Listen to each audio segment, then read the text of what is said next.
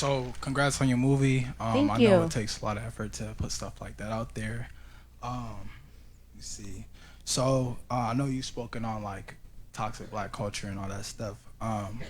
Besides public speaking, what are you doing to combat against toxic black culture? And then how does your movie Unveiling BLM add to what you're doing? Do you see how it can add to it? Do you see how it can hinder the movement? I don't know. Yeah, thank you. That's a great question. I'm so glad you asked it, obviously, because it just lets me brag about myself.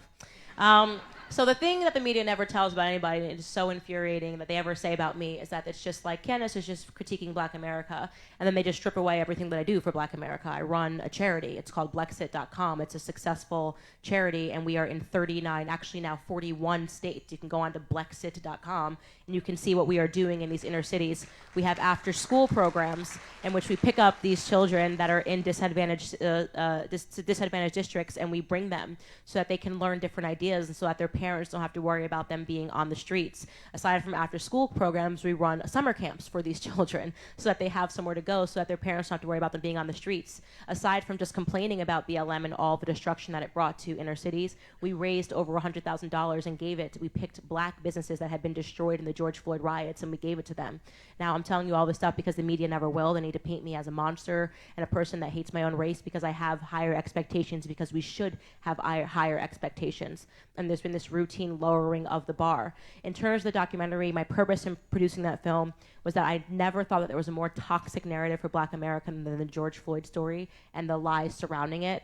And I wanted to do that film in a compassionate way because after speaking to his roommates, I felt sad. This was a man that was struggling with drug addiction. Drug addiction is something that probably every single person in this room can relate to, somebody in your family, a cousin, a brother.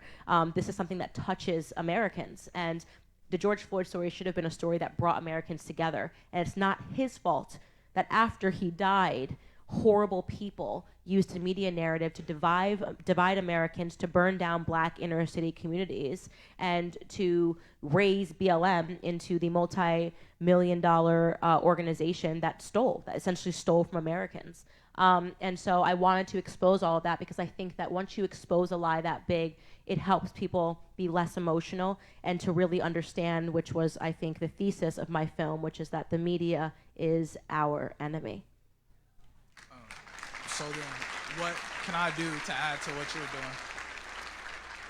Sorry, I didn't get that. I said, what can I do to add to what you're doing? Join Blexit. We join the Blexit chapter. Get involved. Every single person. I better see Blexit numbers going off. As soon as you got here, Blexit.com. See what we're doing. And it's an organization that's it's small pocket donors that give $1 a month that allows us to do what we do and to actually make a difference. And it's honestly the best part of what I get to do other than going home to my children.